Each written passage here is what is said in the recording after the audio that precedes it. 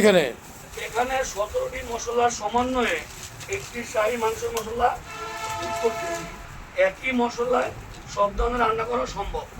মশলাটা আমাদের দেখানো যাবে, নাম বলতে পারবেন? হ্যাঁ, মশলাগুলোর নাম বলতে পারবো। এই যে মশলাগুলো, দারচিনি, এখন দিচ্ছি জিরা,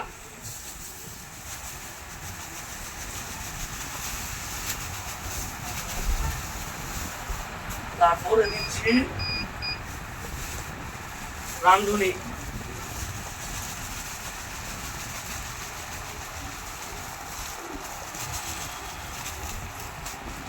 তারপরে দিয়ে দিচ্ছি সাদা এলাচ,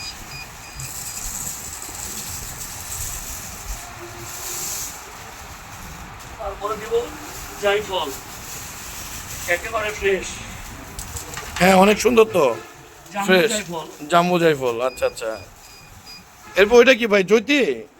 এই যে দিয়ে দিচ্ছি জয়িত্রী। আচ্ছা আচ্ছা, খুব সুন্দর তো ভাই, একটা কে যেন সুন্দর ঘ্রাণ আসতেছে আর কি মশলা থেকে। সুন্দর জয়িত্রী। তারপরে দিব এটা হইলো ত্রিপলা। ত্রিপোলা। এটা মাংসের অনেক স্বাদ বাড়িয়ে দেয়।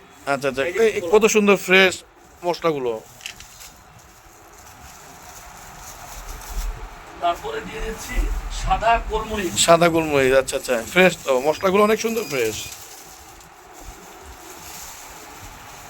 তারপরে দিব এই যে কালো গোলমরিচ। কালো গোলমরিচ। স্বাদ দ্বিগুণ বাড়িয়ে দেয়। আচ্ছা আচ্ছা,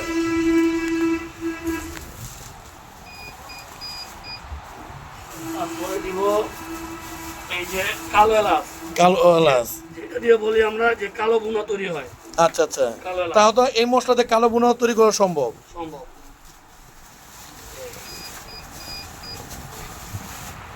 এটা কি? তারপরে দিব এটা হলো কাবাব চিনি। এটা কি?